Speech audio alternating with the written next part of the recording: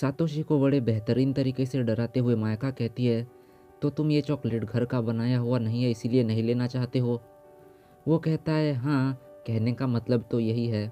मायका गुस्से में चॉकलेट के रैपर को चीरते हुए एक टुकड़ा मुंह में डालकर कहती है, तुम देखना अगले साल मैं ऐसा चॉकलेट बनाऊंगी कि तुम इनकार तक नहीं कर पाओगे। ये घटना है करंट टाइम से 1 साल पहले उनके मिडिल स्कूल की। एपिसोड को शुरू करने से पहले मैं आपको एक हिंट दे देता हूँ। अब तक आपने ह्योका के जितने भी एपिसोड्स देखे हैं उन सब से ज़्यादा ड्रामा है इस एपिसोड में। मैं सबसे रिक्वेस्ट करता हूँ कि आप एपिसोड को पूरा ज़रूर देखें क्योंकि इसमें कुछ गंभीर घटनाएं भी होती हैं। तो शुरू करते हैं इंट्रो के साथ।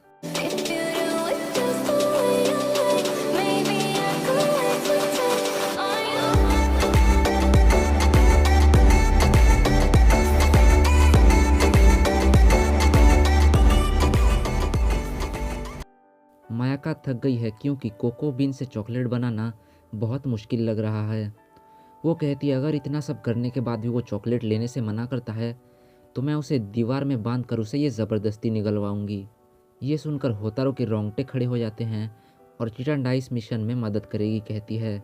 अब मायाका उसे कहती है, मुझे वादा करो कि तुम सातोशी को इसके बारे में कुछ नहीं बताओगी। वहाँ पर बैठा हुआ होतारो सोच रहा है कि वो दोनों उसे भूल रहे हैं, तो मायाका की नज़र उस पर पड़ती है और वो अपनी तिरछी नज़र से देखते हुए उसे कहती है, तुम भी अपना मुंह बंद रखना। अगले सीन में होतारो रास्ते में एक दुकान के आगे सातोशी के बाइक को देखता है। तभी अंदर से सातोशी निकल कर कहता है, बड़े दिनों के बाद यहाँ पर मुलाकात हो रही है ना। वो कहता है, चलो पुराने दिनों के नाम पर एक गेम हो जाए। होतारो को घर जाने की कोई जल्दी नहीं है इसलिए वो मना नहीं करता है। वो दोनों अपने मिडिल स्कूल के बाद से पहली बार यहाँ पर आ रहे हैं। वो दोनों एक फाइटिंग गेम खेलने के लिए बैठ जाते हैं और पुराने दिनों की तरह अपने फेवरेट फाइटर सिलेक्ट करते हैं। मैच शुरू हो जाता है और जल्द ही होतारो नोटिस कर लेता है कि सातोशी पहले से थोड़ा अलग तरीके से गेम खेल रहा है। उसे याद है कि पहले सातोशी सिर्फ और सिर्फ जीतने के लिए खेलता था। वो जीतने के लिए जी जान लगा देता था और हार जाने पर नखरे करता था। कुछ वक्त में ये मैच ख़त्म होता है जिसका विनर है होतारो। सातोशी उसकी तारीफ करते हुए कहता है, जॉयस्टिक पर तुम्हारा कंट्रोल बहुत अच्छा है दोस्त। वो दोनों अब जूस पीते हुए बातें कर रहे हैं और होतारो सवाल करता है, तुम आखिर में सीधे अंदर क्यों भिड़ने चले आ गए? वो कहता है, रोबोट फाइटिंग में हैंड टू हैंड कॉम्बैट ज़्यादा मज़ेदार लगता है। अब होतारो कन्फर्म हो गया है कि ये एक नया सातोशी है, अपने मिडिल स्कूल से पूरा अलग। नेक्स्ट सीन में मायका और चिटंडा स्टोर से कुछ सामान लेने आए हैं जहाँ पर मायका कंफ्यूज्ड है कि उसे क्या लेना चाहिए। चिटंडा कहती है, तुम चिंता मत करो, इस बार वो तुम्हारा चॉकलेट ज़रूर लेगा। अब मायका के मन में एक सवाल आता है और वो चिटंडा के करीब जाकर पूछती है, वैसे तुम किसे पसंद करती हो? चिटंडा शर्माते हुए कहती है, मुझे नहीं पता। इसके बाद वो थोड़ा सोचकर मायका को कुछ कहती है जिसे सुनकर वो थोड़ी सी चौंक जाती है। अब हम होतारो के पास आ गए हैं जो सुबह सुबह अपने कमरे के सामने एक गिफ्ट बॉक्स देखता है। उसमें एक चॉकलेट का पैकेट है जिसमें लिखा है, ये तेरी प्यारी बड़ी बहन की तरफ से है जिसके मन में तुम्हारे लिए सिर्फ और सिर्फ दया है। होतारो बॉक्स को नीचे रख देता है, पलटता है और जोर की एक लात मारता है। होतारो स्कूल पहुंचने ही वाला है और उसकी मुलाकात हो जाती है चिटांडा से। चिटांडा उसे बताती है कि कैसे मायका ने मेहनत की और तरह तरह के चॉकलेट्स को टेस्ट करके अपना फाइनल प्रोडक्ट बनाया है। चिटांडा बोलती है कि वो मायका को इस बात के लिए बहुत एडमायर करती है और होतारो सवाल करता है कि वो चॉकलेट का करने क्या वाली है। चिटांडा कहती है, मायका आज मांगा क्लब में बिजी रहेगी इसलिए वो चॉकलेट को क्लब रूम में रख कर चली जाएगी। होतारो को लग रहा है कि आज सातोशी को बहुत मज़ा आने वाला है और अब चिटांडा उसे पीछे से रोक कर शर्माते हुए धीरे धीरे कहती है, तुम्हें याद है ना आज वैलेंटाइंस डे है और हमारे परिवार में हम नए साल की शुरुआत में या फिर गर्मी के मौसम में बाकी लोगों की तरह गिफ्ट्स नहीं देते हैं और वैलेंटाइंस डे पर भी ऐसा ही करते हैं। ये सब सुनकर होतारो को लग रहा है कि वो कुछ कहना चाहती है, मगर क्या? कुछ पलों की शांति के बाद वो कहती है, हमें चलना चाहिए वरना देर हो जाएगी। स्कूल का टाइम ख़त्म हो गया है और चॉकलेट को टेबल में रख कर मायका वहाँ से चली जाती है ताकि सातोशी को वो मिल जाए। बहुत भयानक बर्फबारी हो रही है जिसके लिए होतारो थोड़ा परेशान लग रहा है। सातोशी उससे मिलने आता है और थोड़ी सी बातचीत से पता चलता है कि होतारो बर्फबारी थमने तक लाइब्रेरी में रुकने वाला है और सातोशी को बता देता है कि मायाका ने चॉकलेट को क्लब रूम में रख दिया है और वो मांगा क्लब में बिजी है। इसके बाद सातोशी वहाँ से जाने लगता है और होतारो पलट कर उसे गुड लक कहता है। अब चिटांडा क्लब रूम में आकर टेबल में रखे हुए चॉकलेट को देखकर खुश हो जाती है और वो इंतज़ार कर रही है कि कब सातोशी वहाँ आएगा।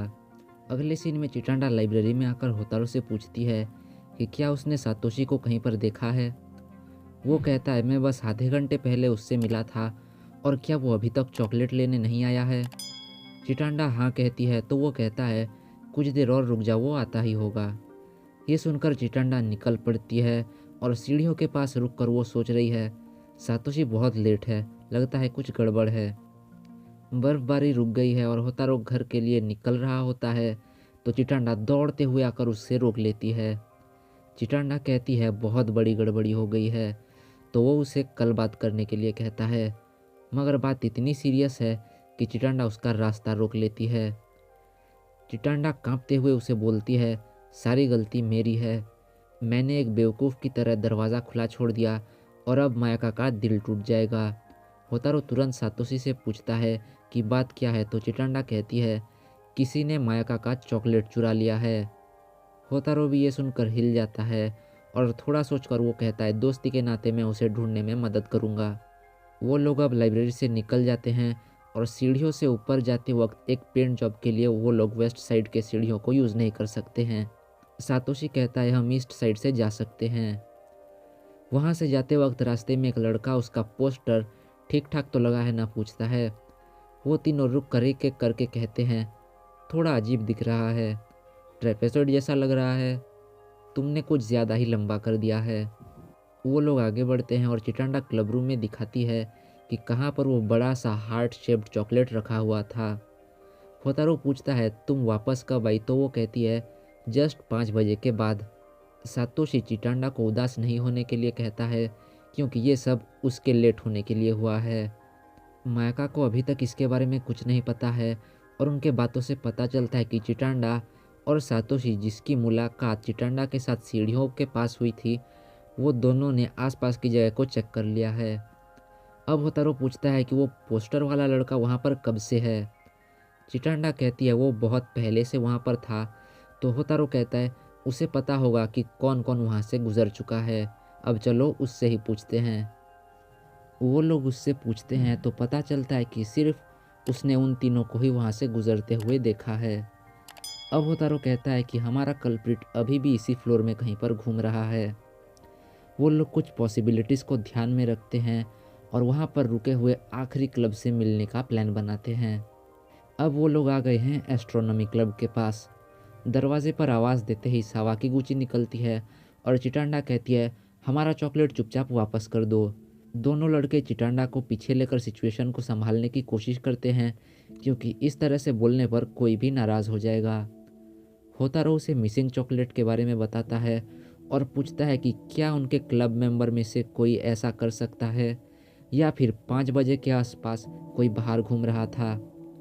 वो इन सब बातों को नकार देती है और बाकी क्लब मेंबर्स भी इसे मजाक में ले लेते हैं। ये सब होने के बाद सावाकीगुची थोड़ी सी नाराज़ लग रही है और वो दरवाज़ा बंद कर देती है और अंदर चली जाती है। क्लासिक्स क्लब के मेंबर्स थोड़े निराश लग रहे हैं और होतारो कहता है उन्हें बाकी की बातें क्लब रूम में करनी चाहिए। वो तीनों अब डिसाइड कर रहे हैं कि अंदर आने के कितने रास्ते हैं। सातोशी कहता है दोनों तरफ की सीढ़ियों को छोड़कर सिर्फ दीवार से चढ़ना ही एक ऑप्शन है।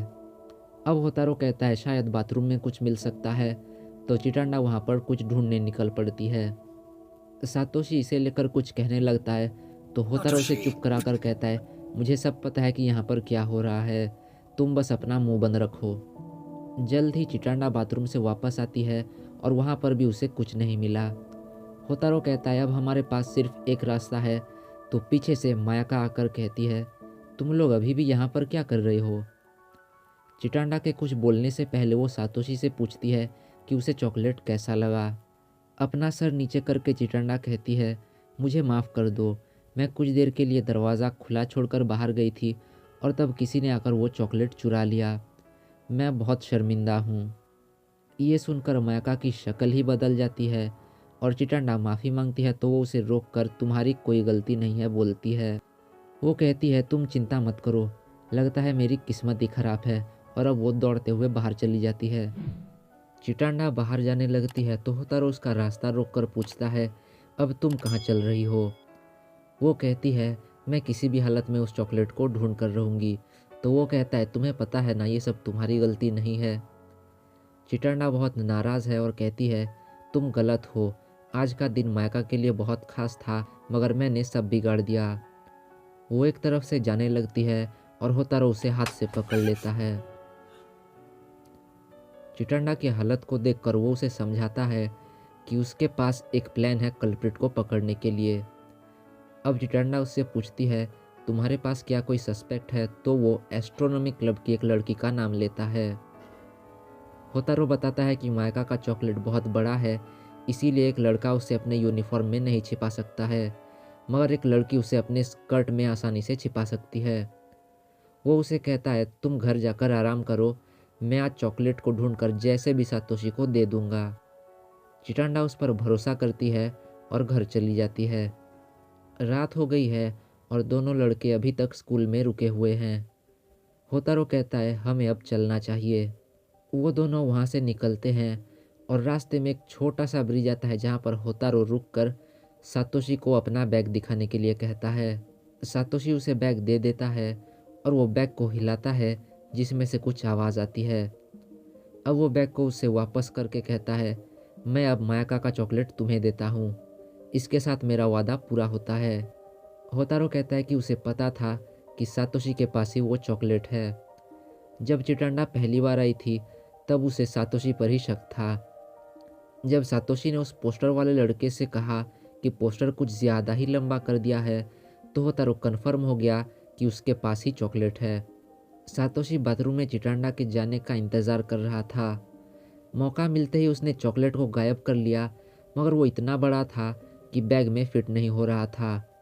ऐसे में अगर वो बाहर निकलता तो पकड़ा जाता, इसलिए उसने चॉकलेट को बैग में भरने के लिए उसे तोड़ दिया। होतारो कहता है तुमने उसे तोड़ने से पहले एक बार सोचा तक भी नहीं ना। सातोशी के पास अब कहने को कुछ भी नहीं है और वो इस बात को एक्सेप्ट कर लेता है।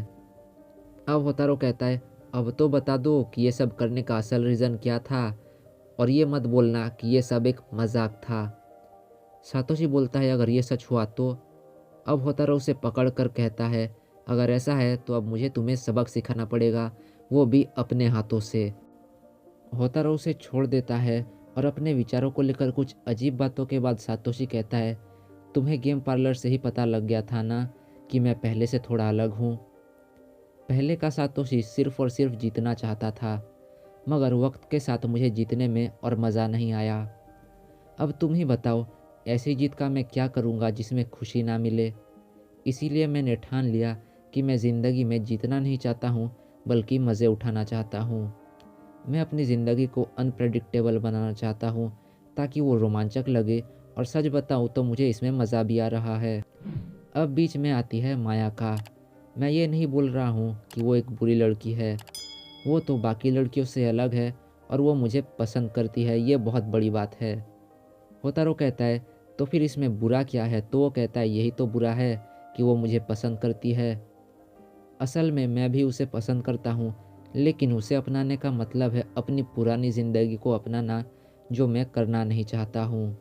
होतारो कहता है तो इसलिए तुमने वो गिफ्ट एक्सेप्ट नहीं किया। सातोशी कहता है तुमने सही कहा, मेरे पास सिर्फ यही एक ऑप्शन था इस गिफ्ट को लेने का जिसे मैं ठुकरा नहीं सकता हूँ। होतारो कहता है लेकिन तुमने खुद के चक्कर में चिटंडा को तो चोट पहुँचा दी ना। तो वो कहता है तुम्हारे लिए चीज़ें अलग तरह से काम करती हैं और मेरे लिए अलग तरीके से। मैंने ये प्लान बनाते वक्त चिटंडा के बारे में नहीं सोचा था। अगले सीन में रास्ते में जाते वक्त मायाका को चिटंडा रोक लेती है और उसके कुछ बोलने से पहले ही मायाका माफ़ी मांग कर बोलती है कि उसे पता है कि चॉकलेट सातोशी ने लिया है। चिटंडा की बोलती बंद हो जाती है और मायाका उसे पिछले साल वैलेंटाइंस डे में जो हुआ था उसके बारे में बताती है और बोलती है कि यह सब सातोशी को टेस्ट करने के लिए था। चिटंडा को ये सुनकर थोड़ा अच्छा लगता है क्योंकि वो समझ पाती है कि होतारो वो सब क्यों कर रहा था। वो कहती है फिर भी उन दोनों लड़कों को ये सब नहीं करना चाहिए था। मायाका भी इस बात से सहमत है और कहती है इस बात पर हमें केक खाना चाहिए, क्योंकि मुझे पता नहीं क्यों मगर सातोशी अभी भी पसंद है। हम फिर से ब्रिज पर आ गए हैं जहाँ पर सातोशी कहता है यहाँ पर तो मैंने सब बता दिया, अब क्या तुम्हें कोई और सवाल है। कुछ पलों की शांति के बाद होतारो कहता है हमें ये बात चिटांडा को बतानी नहीं चाहिए। तो सातोशी भी इससे सहमत है क्योंकि वो मार नहीं खाना चाहता है। अब होतारो पूछता है तो तुम मायाका को जवाब कब देने वाले हो। सातोशी कहता है लगता है मैं बहुत जल्द उसे जवाब देने वाला हूँ। अब होतारो जाने लगता है और उसे बोलता है बहुत सुन ली तुम्हारी बकवास और चलो अब घर चलते हैं। अभी रात के 9 बज रहे हैं और होतारो फ़ोन कॉल में चिटांडा से कहता है कि उसने सातोशी के पास वो चॉकलेट पहुंचा दिया। चिटांडा को ये सुनकर थोड़ा और अच्छा लगता है और वो उसे अब तक की सारी हेल्प के लिए शुक्रिया कहती है।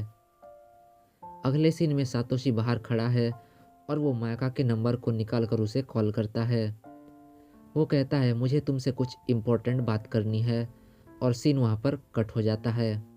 यहाँ पर होतारो चॉकलेट के रैपर को खोलता है और उसे टेस्ट करता है, जिसके साथ हमारे एपिसोड का अंत होता है। एपिसोड बहुत लंबी हो गई है इसीलिए और बकवास करने का टाइम नहीं है।